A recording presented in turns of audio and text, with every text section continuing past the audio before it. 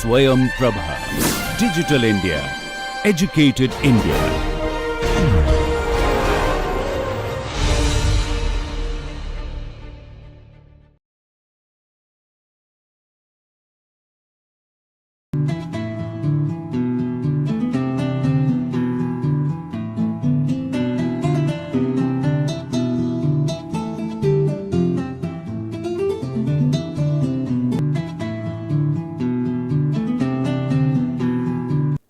Hello friends, so welcome back to the lab course on employment communication, and today we are going to do the 15th lecture of the series of 40 lectures, 8-week course on the NPTEL course on employment communication, a lab based course.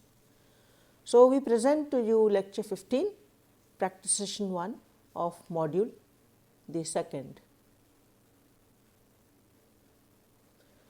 In this module, we have basically talked about non-verbal communication, and we have also covered all aspects in great depth of cross-cultural communication, or it's also called as intercultural communication.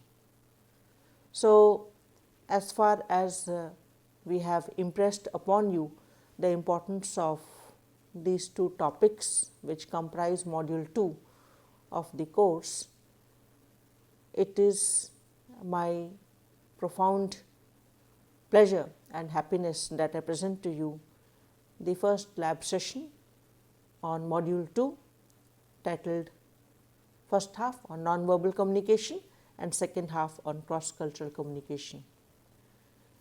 Now, when we talk about non-verbal communication, we are talking about any sort of communication other than words. So, to revise once again, because the word verbal comes from the Latin verbum, V-E-R-B-U-M, which means words. So, non-verbal is non-words, and there were 7 types of non-verbal communication. This has been dealt with in depth at the proper lectures on non-verbal communication, introduction and conclusion. So, in this practice session, what we will be doing is in fact 2 activities. The first one is titled face to face with a man-eater, and the second one is face to face with a dangerous foreigner. Both these role plays comprise 2 participants of the MHRM program at the Department of Humanities and Social Sciences, the IIT Kanpur. And since this is an activity, both of these are activities on non-verbal communication, not a single word will be uttered. The module will in fact display to you how without words also one can communicate. Before we film or record these 2 activities, we will be giving the situational description of the 2 role plays. Role play 1, face to face with a dangerous man-eater, and role play 2, that is face to face with a dangerous foreigner. So, it is clearly specified that no words are to be used except for non-linguistic sounds and gestures, postures, body language in short. Then we will be doing another 2 activities which relate to the second topic here, which is cross-cultural communication in module 2. And these 2 activities are also very interesting. You will note when you observe the recorded session.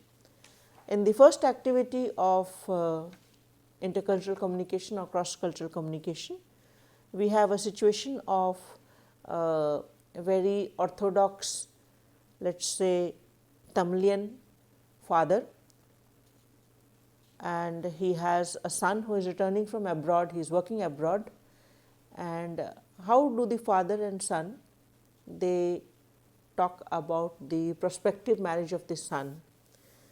So, this is an example of intercultural communication in the sense that the son who has been abroad for his studies and higher education, thereafter got a job and is working in a very good company in US, and he has fallen in love with a black American lady, she is a divorcee, and he wants to marry her because she brought about a lot of positive changes in his life, including when he went into depression, she pulled him out of depression. So, in such a situation, he, with his background or with his exposure to the Western culture or the Western society, having read there, been educated there, worked there for quite some time, and being in the know of all the ways in which the Westerners communicate culturally. Now he is coming back after a long time, and he has already made a phone call to his father that he is bringing along with him his fiancée, the Black American lady, and he is about to spill the beans to his father. Of course, the intimation has already been received, but he is about to tell his father that he would be marrying this girl across the cultural boundaries. And on the other hand, we have the role of the father in this third activity of this lecture, number 15 of module 2, practice session 1, in which the father is a very conservative orthodox Tamilin, and he has taken lot of loan to get his son educated abroad in US, and he also has three more daughters to get married off. The loan also has to be repaid. So, he had been looking frantically for a prospective bride for his well educated foreign returned son, but now the son has dropped a bombshell on him by saying that he would like to marry the Black American lady whom he has fallen in love with. So, in such a situation, how do they role play this dilemma of marriage or intercultural marriage or prospective marriage between a foreign returned or a US returned educated, highly educated, well placed son, and how does he communicate his desire to marry the lady love, and how does his father, who is orthodox Tamilin, who thinks about what society will think about this kind of match, who is also now under the burden of returning or in fact crossing out the loan which he has taken for the education and the higher placement of his son, and at the same time has responsibility of sisters to be married off, his daughters to be married off. So, across so many hurdles which are created due to this cultural situation will be the enactment of role play 3, the first activity which is based on the second topic, which is cross cultural communication. Then in conclusion, we will have activity 4 or the fourth and last activity in this lecture, which is titled On the Road. It shows the way in which across the borders, across the cultures, we respect the traffic signals and the traffic rules and regulations. So, the scenario is like this, that there is a certain Mr. ABC and it is 2 p.m. in the night, and he is going to cross the road, and he sees that the traffic light has turned red, but there is no traffic in any direction because it is 2 a.m. in the night, quite an unearthly hour. Even if this is a big town or a mofussil city, we are not aware of that exactly. So, what will he do exactly if he is a typical American, that is those in the western part of the world who have high respect for time and rules and regulations, and what would he do, number B. Secondly, the second scenario, let us imagine what would he do in case he were a typical Indian on the eastern part of the world, where we have not much respect for time. We do have, but we do not have that much respect for time as a typical Westerner or an American, let us say, for example. And otherwise also you see daily in your life, in common day life, we see how people are disobeying the traffic signals, disobeying the traffic policeman, and throwing all the rules of traffic regulations into the wind. When it comes to hurry, when it comes to how quickly I must reach my destination, we do not care for anything. We do not even care whether there is a CCTV at the traffic crossroads, or there is a high and mighty traffic policeman, or that there are traffic rules and regulations which we must observe. So, what would a typical American do in such a situation? and what would a typical Indian do in such a situation. So, we have lined up for you these 4 activities. Just a quick revision. We have role play 1 and 2 related to the first topic here, non-verbal communication. Role play 1, face to face with a dangerous man-eater. Role play 2, face to face with a dangerous foreigner. And we have 2 activities lined up for displaying the way in which we can assess, or we can evaluate, or we can practically show the concepts we have learned in the theoretical lectures on intercultural communication, that is intercultural communication 1, intercultural communication introduction, and intercultural communication 2, that is intercultural communication conclusion. The situation is with you. It's titled Face to Face with a Man-Eater, and the point is that we are imagining a situation where there is an Indian sailor and the other one is a man-eater. There are 2 participants required for this role play or activity. The one who is an Indian sailor is the only survivor of a shipwreck near the west coast of Australia, and he has been washed ashore, and when he regains consciousness, he finds himself in face to face with the Australian Aborigine, most probably the man-eating tribe of Western Australia. So, this Aborigine, the other character, the other one who will be participating in the role play, this Aborigine appears to be somewhat hostile, and the point is that he might harm you, in the sense of he might eat you because he is a man-eater.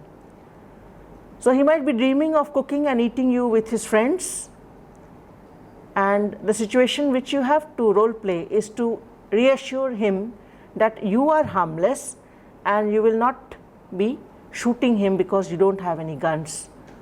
You have to impress on the Aborigine, the man-eater Australian Aborigine, that you are from a small village in India and you have 2 elderly parents and you have some children to take care of.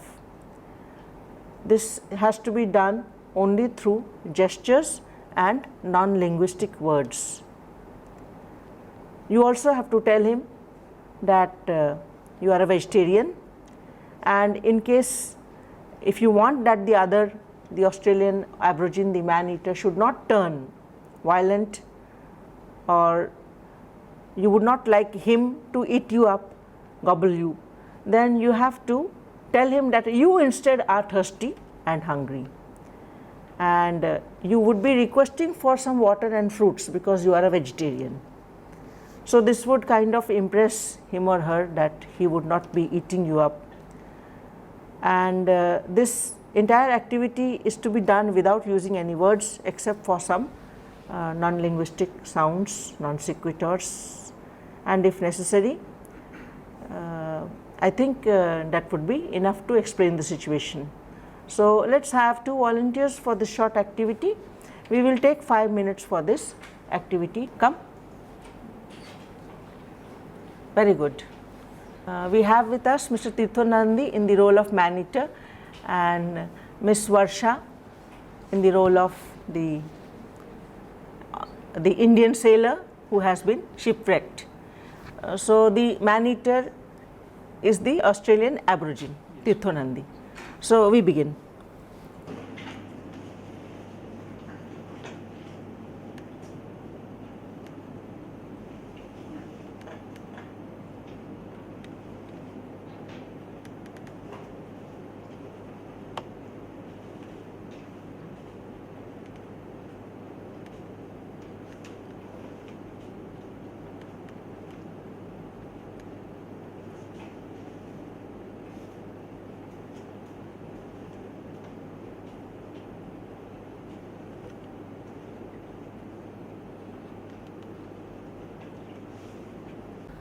Hello friends, so we are back again with the second activity in this lab class on body language, and this is a role play which will be enacted by Mr. Anupam Khan and Mr. Hashim Ali, MHRM first year students from the Department of Humanities and Social Sciences, IIT Kanpur. So, this role play is, I will just give you a brief outline of what they are going to do. They are going to do it non-verbally, I mean entirely body language, no sounds also. The title of this activity is Face to Face with a Dangerous Foreigner, and I have taken it from the book Business Communication Strategies by M.M. Monipalli of IIM Ahmedabad. So the situation is like this, that there is an Aborigine living on the western coast of Australia, and this morning as you come out to fish in the shallow waters of the sea, you, that is Hashim Ali, finds a dangerous looking man, that is Anupam Dash, lying on the beach. He is neither black nor white, but somewhat brown. He is not from your part of the world, and now he is getting up and looking at you. Hang on and find out what he is like.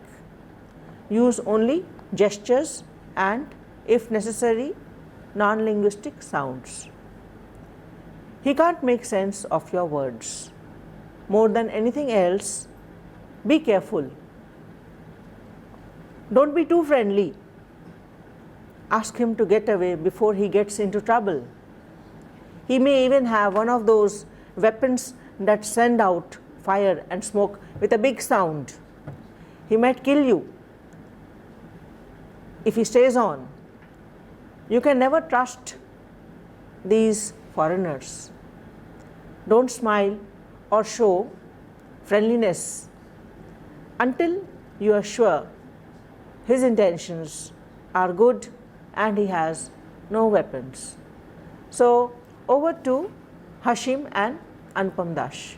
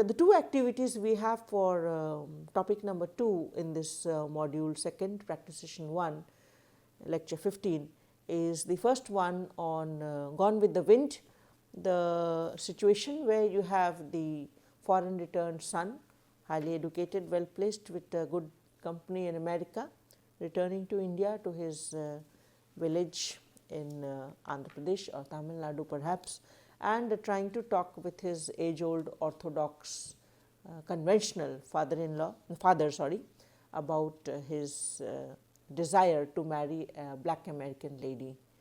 Gone with the Wind, this is the third activity, and the fourth and last activity in this practice session, lab 15, is titled On the Roads, and we have already described this to you. So let's have a good time now. Welcome back to the course once again. Hello everyone, my name is Srinivas and he is my father, Satyanarayan. He belongs to a middle class Brahmin family from Andhra Pradesh. I have 3 sisters. He is reserved and conservative person. Now, during my BTech, I wanted to pursue my MS from America. We were financially weak, and he took a loan of 1 million. Now he is in debt of 1 million. He wants me to marry a girl from Andhra Pradesh who will give me the dowry of 7 to 8 millions. Actually, he have a list of girls from Andhra Pradesh that will give me the dowry. Today I will confront him and I will confess him that I'm in love with some other girl, and let's see his reaction to it. He's my son, and I sent him to a convent school, and he has done his schooling from there. And after that, I sent him Mother's IIT, and from his earlier days of childhood, he is a really brilliant student. And after completing his degree in Madras IIT, he was sent to US, and he pursued his study there. Now he is in a multinational company, and he is doing his job as a project leader of a CAD project. And he is, for the last 5 years, he is living in California, and his mood got changed. Previously, he was very obedient, he was very nice guy, and but later I got some change. For the last 1.5 years, I am facing the change. Previously, he used to call the home. He used to call his mom, me, and all the family members. He used to send money regularly, but later it got decayed, and he reduced the number of calls, and now he doesn't even send the money. He doesn't even think the family. And now I have to talk to him that was the reason behind this, and I have to take more about this. So dear, how are you? Hey Dad, I wanted to discuss something really important to you. Yeah, I have also some discussion. You share first. Actually, there is this girl, Carolyn. Actually, I met her a few years back, and actually fell in love with each other. And I'm thinking to marry her. She's actually Afro-American, and she's a divorcee. But somehow we fell in love with each other. So I want to marry. I'm really sorry that I won't be able to marry the girl of your choice. So is it the reason that for which you are not caring your family for last 1.5 years? Is it the reason you are not caring your family? You are not even calling us. You are not sending the money. Is it the reason? I have been spending a lot of time with her, but we don't live together. There have been a lot of work that I've been doing. That was the reason I was not able to call you. So now you are showing the excuses of your work, right? Okay, anyway, so you should be busy because you are in such a big post. Now, before saying this, didn't you think about our society, about our childhood days, about our culture? Didn't you? You forgot everything? That she's ready to convert into Hinduism, and we are all ready to get married now. So you're saying me it, or you are taking the permission from your guardian? You're saying me you have already decided to marry her, and you are saying me it. What's the necessity? No, Dad, we need saying? your permission now. How can the we way marry? You are saying you have already decided. The way you are saying that it looks you have already decided. No, Dad, I just wanted to confront you. I just wanted to tell you that we are deeply in love with each other, and I don't see anyone filling her spot. Okay, so I really want to marry her. I'm not saying that you shouldn't love, but before this you will marry her and you will fly to US. And can you imagine after that what will happen? Can we stay in this place? What will the colony people say? What will all our neighbors say? We can't go outside of our home. Please, dear, please try to understand the thing. Modern, you are becoming modern. It's good, but you shouldn't be so modern that your some activity will hamper the homage of your family. Papa, why are you thinking about society? Because man is a social animal. You can't go out of the society. I think you should more think about me than the society. No, I'm your son. I'm also thinking for you. Then I have seen the light of universe more than you. I have much experience. You are just floating, my dear. Please try to land on the realm of mundane. Think practically, then you can understand. You're not thinking about me, Dad. Okay, you take time, and whatever I'm saying, that the girl I choose, and also with the concern of your mom, please keep faith on us, dear. Please keep faith. But I won't be able to live with her, and I wouldn't be able to be happy with her. Then what's the point in marrying some random girl? So, but still, you think yourself, you take time for today, or a couple of days you take, and you think about that, and I will make a conversation with the girl I chose. This girl is also very good. You first talk to her, then we will discuss the matter once again. You Surely, take time Dad, first, surely. Then discuss. Definitely. Have a sleep now. So we have now the last 2-minute activity in this video lecture number 15, sorry. And the objective of this activity is to display the different attitudes between a typical Westerner and a typical Indian with reference to observing traffic rules. We remember that one aspect of non-verbal communication is time or chronemics. This activity is related to that. If we recollect what we have been going through in the earlier video lecture on non-verbal communication, the Westerner normally values time. He or she respects time. Punctuality is in their genes, we can say like that, gently speaking.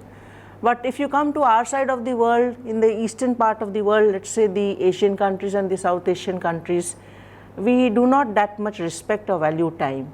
In fact, sometimes you will observe that people come late only to show that they are important. And it has also been seen, I was just telling in the lecture in the morning today, in the recorded lecture, that in the Indian context or in this part of the world, when there's an official formal meeting going on, the chairperson himself herself will be talking about X, Y, Z, some chit chat before coming to the main agenda for discussion. So this activity is against this kind of background, the respect we have for time and how diligent we are as far as the observance of traffic rules are concerned. So the scenario is like this. It's a situation which is on the road and you see it day in and day out. Let's say we have a fictitious character, his name is Mr. ABC and he's driving a car in a big city. The time is about 2 a.m. You can very well understand that the traffic would be less at that point of time in the night, late night. As he reaches the crossroads, his traffic light turns red. Absolutely no traffic in any direction. And in such a situation, it would be our tendency to do generally what is not to be done because there's nobody to observe. Who bothers about CCTV nowadays, no? So anyway, let's say my question to you is what is he likely to do? A, if he is a typical American, and why? And B, the second aspect, let's just imagine ourselves in a situation where we imagine this Mr. ABC to be a typical Indian and what he would do in such situations, in this situation. In this scenario, there are 3 options which he would do. The first is he would cross the road, there is no traffic in any direction and no traffic police either. The option B, the second one, is he would wait till the light turns green because a red traffic light is in fact a red traffic light. It's a deterrent, it says no, stop where you are. It's not a question of whether there is traffic or not. Red is red and red means red. C, the third option which we have is he will stop, check and cross carefully. If he is absolutely sure that there is no traffic from any direction, it's okay to jump the red light. So the floor is yours. Anyone? Varsha and Tirtha will do it. If he is a typical Indian, I think he will cross the road because Indians generally, they just see once here and there and they will see that if there is no traffic, even if there is traffic, it's very common to jump traffic signals. So when there is no traffic, I think there is no question of waiting, so they'll cross the road. If the driver is a typical American, what I feel is that Americans, they, give value to rules and procedures, though they give value to time also, but they do give value to rules and procedures. So since red means red and red means stopping, I think they'll still stop and wait for the signal to turn green before they proceed. I don't think that the concept of actually stopping for a red light applies or is actually relevant for any Indian, because nobody will actually. And as for an American, I don't think like just because they're for a different country, they're going to be held to a higher standard, or they're going to conform to rules just because they're from a different country. Unless of course there is a CCTV surveillance, which is almost unheard of in India. Mostly they are going to jump the red lights no matter what the situation. Good. So you see that as far as this important aspect of time, you know that as far as non-verbal communication is concerned, even odors, body odors are part of the workplace environment. Non-verbal messages are passed through body odors. In our side of the world, it is considered as if to give your breath off to others is considered normal. But in the Western workplace, you have this idea of perfuming or applying deo or spray before you enter the office or workplace, irrespective of whether you have taken a bath or not. Now, apart from that small diversion, again we come to what we have heard Varsha and Tirtho speak on the matter. So, incidentally, a typical American will value not only time but rules and procedures. Also, remember the fact that in the West, traffic penalties for such violations are quite high. So, they will take that into consideration. Whereas, as they have said, the Indian would like to jump the rules or jump the traffic or break the rules because of the fact that nobody is watching and everybody is in a hurry. When it comes to the traffic signal, everybody becomes in a great hurry. So, don't take it otherwise, but I feel, if I have to speak my mind, that when it comes to the workplace, we are very casual and not very committed to spending time wisely and profoundly and being totally committed to the time which has been spent. But when it comes to just crossing a signal, we become very short on time, and everybody is in a great hurry. If you see in India, whether it's a metro city or a mofussil town, everybody is in a great hurry when it comes to 4-point intersections. So, we will conclude this lecture. Thank you for your cooperation and thank you for your active participation. May God bless you, and we will meet again very soon. Thank you once again.